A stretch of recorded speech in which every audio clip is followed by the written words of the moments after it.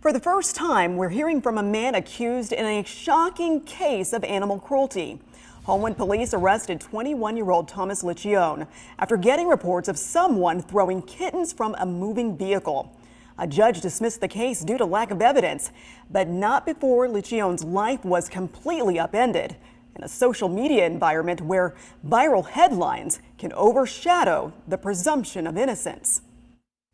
Thomas Liccione, he's going to find himself in deep hole and bury himself in it. This is just one example of dozens of messages 21-year-old Thomas Liccione has been getting since his fateful arrest. My family's receiving a ton of hate, my friends, my girlfriend, like everyone's just getting threats. It was just after noon May 30th and about 10 minutes after he left his apartment that Homewood police pulled him over on Lakeshore Drive. While searching his car, officers relayed to him an unbelievable claim of animal cruelty. According to this Homewood police news release, dispatchers received multiple 911 calls regarding a person throwing kittens from a moving vehicle driving on I-65 near Lakeshore Drive. I mean, just that sounded crazy. I was like, absolutely not. Now, for weeks, and even after the charges were dismissed June 12th, Liccione, who moved to Alabama after graduating from the University of South Carolina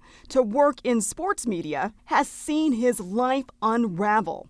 He was evicted from his apartment, and even with few details, and surprisingly, no cell phone, flock camera, or dash cam video evidence, the disturbing story quickly took off online. I didn't even check Facebook till days later, and I had well over 50 death threats on that platform alone. Liccione, seen here with his family pets, says he'd never even been pulled over before, let alone arrested. Spent 30 hours in the Homewood City Jail.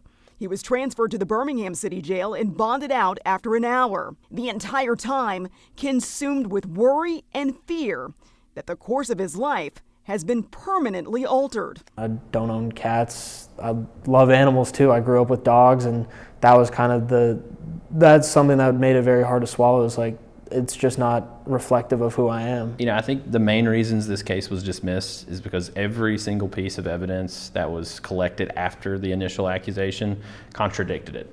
There's nothing that corroborated it. Liccione's attorney, Elijah Sargent, says he understands police initially had little to go on. Obviously the police have a tough job. They have to make split-second decisions. No cat hair in his car, no container to carry cats in his car.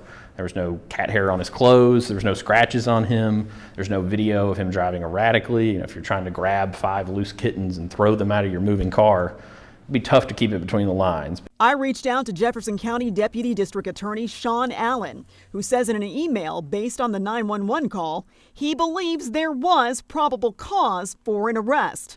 He goes on to say, "We do know that he was on a phone call beginning from when he left his apartment at approximately 12:06 p.m. and continuing until police stopped him approximately 10 minutes later. Given the lack of evidence that cats were inside his vehicle, the absence of any container or any other means to control multiple kittens in the car, and the timing of the phone call, the evidence did not support a conclusion that he transported kittens from his apartment to that location on Lakeshore Parkway and threw them from the vehicle." While relieved the charges were dropped, Liccione says it's tempered by the fact that clearing your name in court can be hard, but clearing your name on the internet is nearly impossible. I didn't do this, that I'm innocent, that this never, was something that had anything to do with me. And it is hard knowing that, once you're labeled as something, you kind of ask yourself, no matter what you keep presenting, are you always going to be labeled this way?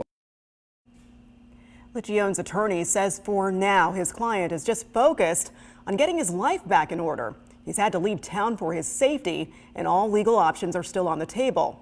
We did reach out to Homewood Police, but they have not yet responded.